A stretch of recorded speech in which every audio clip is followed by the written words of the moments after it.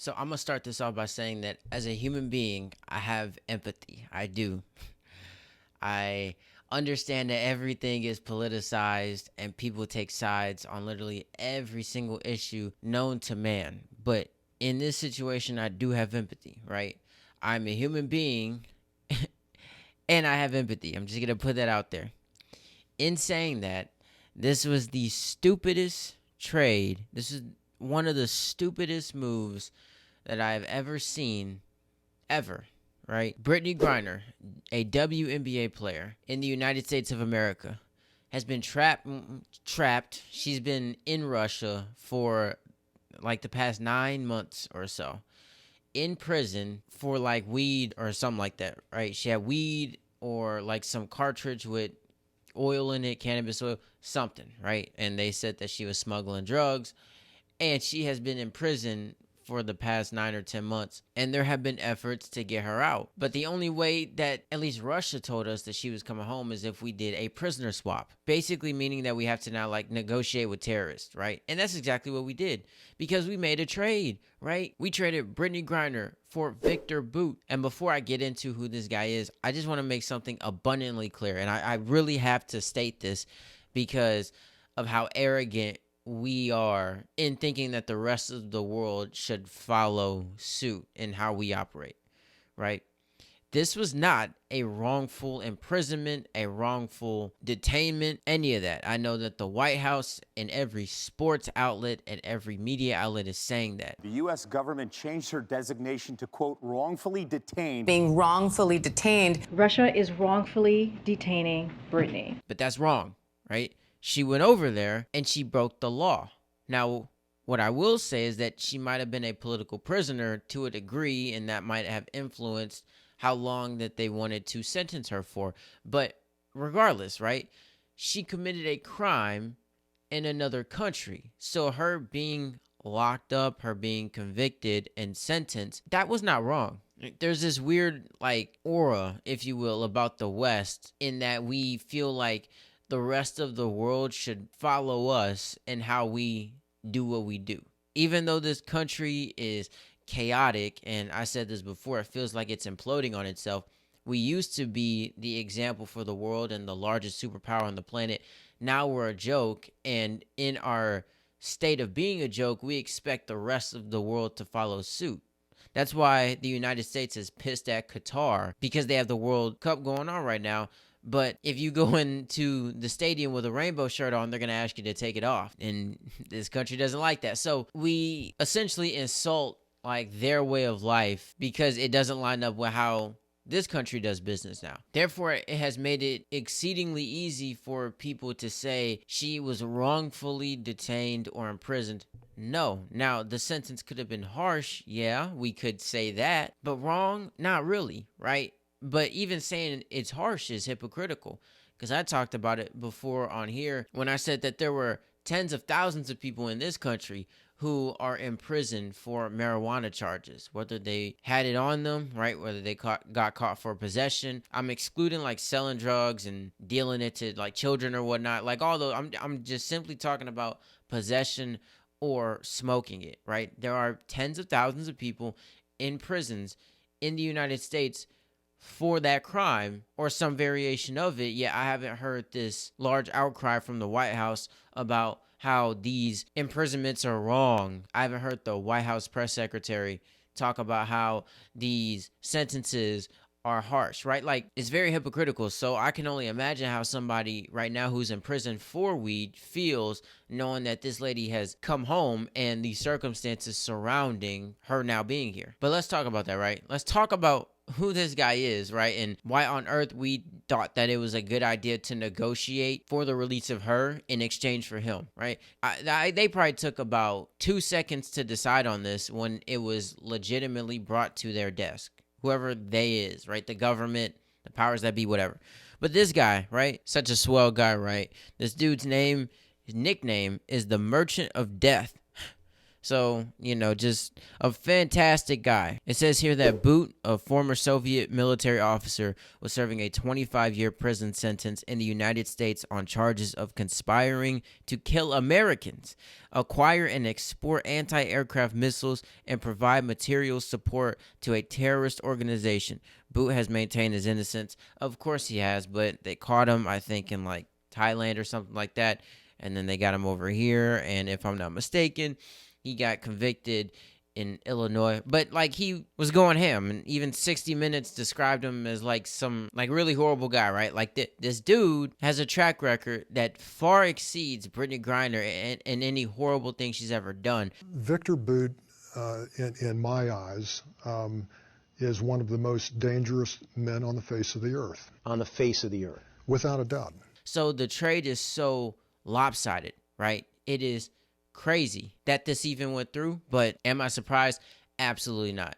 And it's funny, the narrative surrounding this whole thing, right? Where Brittney Griner is being painted as an American hero. Like she went over there to complete a mission or fought in the war and got trapped over there, and now she's home, and she is just this martyr basically without the demise. But the issue that I have surrounding this whole thing is that, at least from the mainstream media, I haven't seen anybody talk about like her lack of responsibility and how much that actually cost us, right? Her going over there and having what she had on her ultimately cost the United States time and money and resources, and a prisoner who was serving a 25-year prison sentence, in part for conspiring to kill Americans. And not only is he free, he is willing to offer his services to the Russian military again. So honestly, it just reiterates how horrible of a trait this was, but her lack of responsibility in this situation,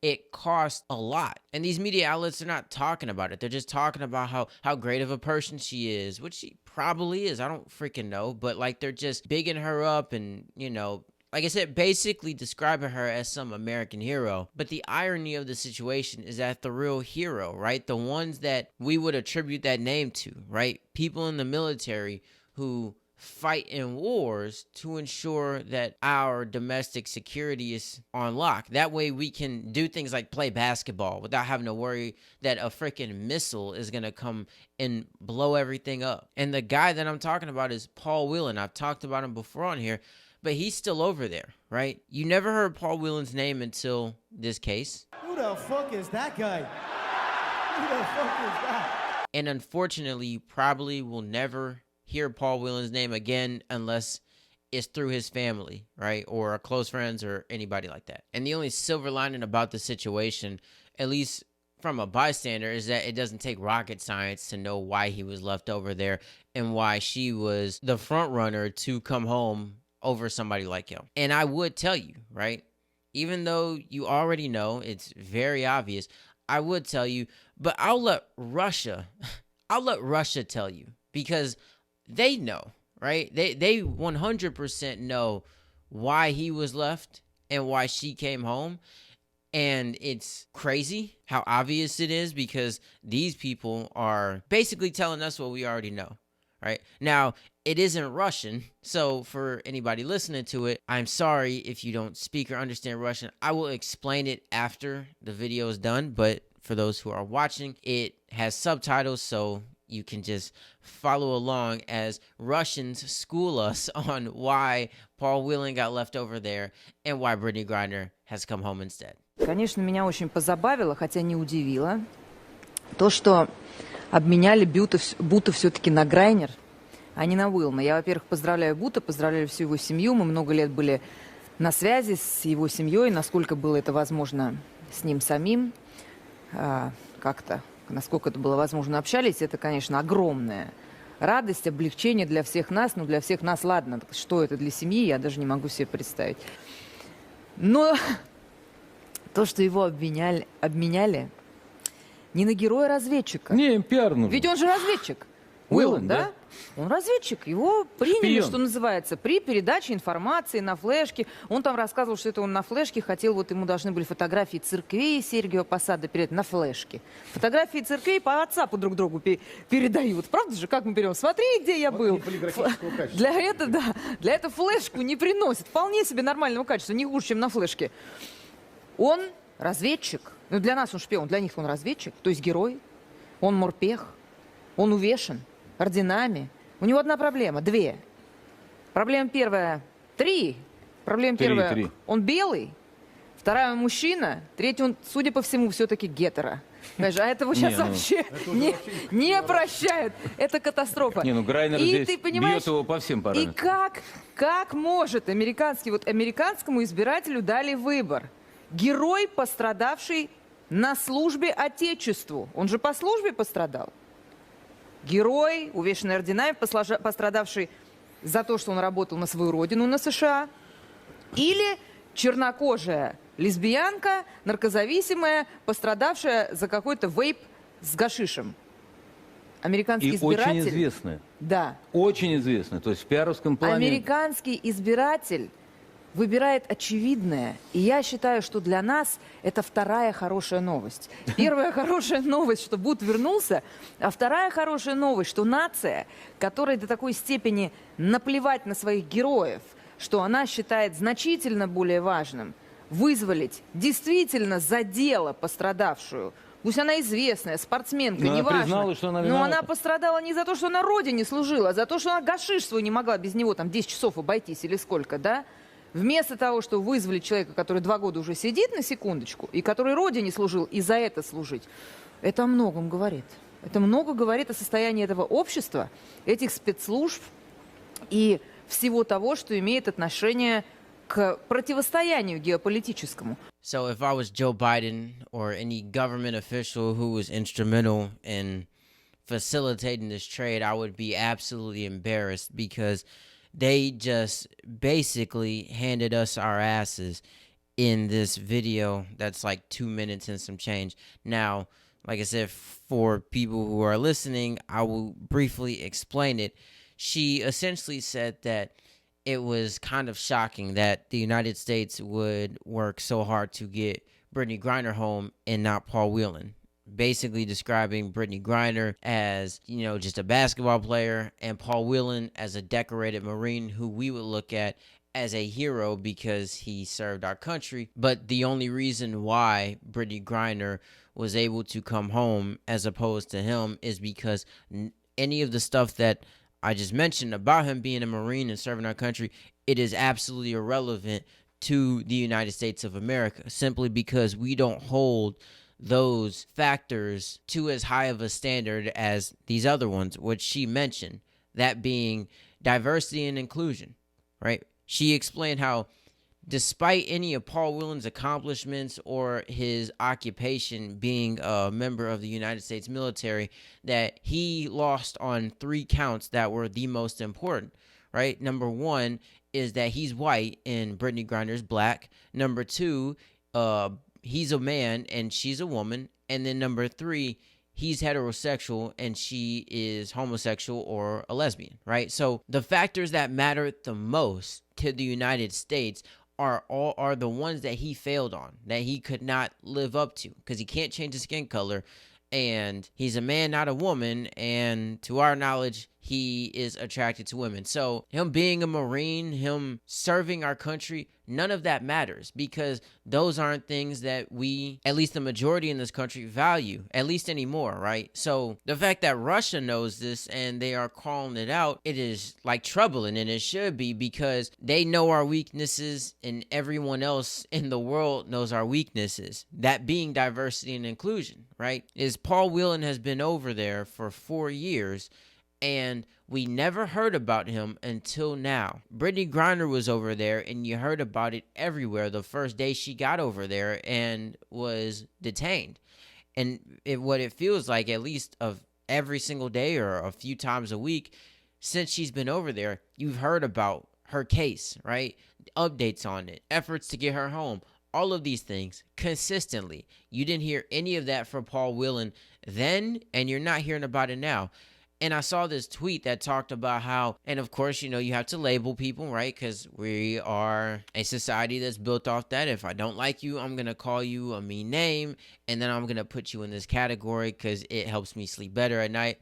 But I saw this tweet that said, MAGA commentary on Paul Whelan. In 2018, nothing. 2019, nothing. 2020, nothing. 2021, nothing. And then in 2022, not much up until Brittney Griner was released. And then in December of 2022, Biden should be impeached for not bringing him home right now, i.e. Paul Whelan. Now, number one, that's a reach because I haven't heard anyone say impeach Biden for not bringing him home. This is just someone who lives off of being blinded by a political ideology. Therefore, they have to exaggerate any opposing viewpoint to put forth their narrative or whatever. And it happens on both sides of the aisle, so I'm not just calling whoever this dude is out. But there are two things that are missing from this tweet. Now, either this person just doesn't know them or purposefully left them out. Number one, any coverage that we've heard of from Brittney Griner or Paul Whelan, it is perpetrated by the media, right? Not government officials. They follow suit, but the media are the ones who put the stories in front of our face. So, yeah, in 2018, all the way up until 2022, never hearing of Paul Whelan, that's because the media didn't report on it. Whoever it is, right? Any media outlet did not report on it as they should have. A lot of it, in my opinion, has to do with the fact that he does not fit the bill that Brittney Griner does, right? He is not black. He is not a woman, and he is not LGBTQ. He is a straight white man. That is ground zero for let's never hear that guy again, right? At least in this country. And the second point that's missing is that I don't think, at least I'm not, inherently mad that Brittney Griner is home. It's the negotiating with terrorists, right? And trading terrorists and doing all this crazy stuff that is frustrating to me, especially when the person who we got back was a basketball player, right? So at the very most, if you are going to trade this individual, Victor Bout, back to his home country, despite what he was convicted for, at least make it for the Marine. But realistically, he shouldn't be traded for anyone at all. Considering what he was convicted of, he should be in prison here. And you find a different way to get Paul Whelan home. You take a more aggressive approach. You negotiate different terms that doesn't result in you releasing this man, right? Who clearly has a reputation, i.e. why we've had him locked up in this country for the past decade, in the midst of him serving a 25-year sentence, right? So as I stated at the start of this, and I will reiterate, I am a human being, right? So I have compassion and empathy for Brittney Griner. And at the end of the day, I'm glad she's home because I wouldn't want her or anyone else to be locked up, especially in a different country, for something like marijuana, right? At least, possession of it or smoking it. Even though, like I said, they got her for smuggling drugs, which kind of makes sense, right? She brung it into the country. But still, right, by my standard, and I feel like by a lot of people's hypocritical standards here, that 9 years is harsh. And I say hypocritical because of what I said earlier, right? We have thousands of people here locked up for possession or for smoking who are also serving long sentences, but there's no big uproar from the government or anyone who can do something about it, right? No one's making a big fuss like they made about Brittney Griner. But the fact that you traded this man for her, that is what blows my mind, right? That is absolutely crazy. Everyone knows our weakness now, especially because these news outlets keep describing her as the best of America. If she's the best of America, if people like her or people similar to her are the best of America, well, now that other countries know how to hit us. And this is a problem when we don't hold all Americans in the same light. Like, don't walk around with a shirt that says that my life matters. I don't need anybody to walk around with a shirt that says Black Lives Matter. You're not doing me a favor, right? I already know that. And guess what? Yours does too. So take the shirt off and just acknowledge the fact that we are all people. We are all Americans. So if somebody is over there, right, even if they committed a crime, right, but we want to help to get them home, then that needs to be the priority. And their gender, their race, their sexual orientation should not take precedent over that. Now, the White House isn't going to come outright and say, well, she takes precedent over Paul Whelan because she is black, gay, and a woman. But they're indirectly saying that by talking about how she is the best of America because she's a woman, because she's gay, and because she's black. We are all people, right? And if you live in America, we are all Americans. So us having this ranking system, it feels reminiscent of a past time, right? In which certain people were held to a higher regard than others. But just leave yourself a note, right? If you go out the country, if you go somewhere else, regardless of your own personal feelings, if you voluntarily go there, do not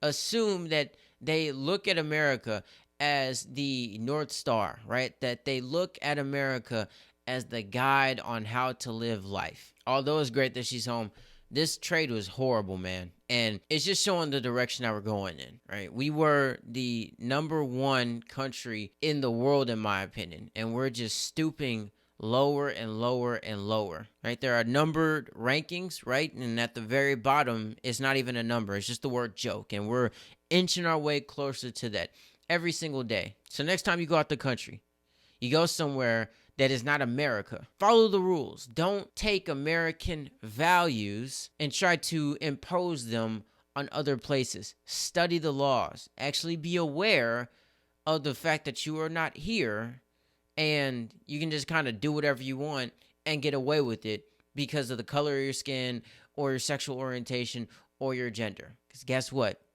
You might just find yourself locked up for 9 years, begging a country you hate to come and save your ass.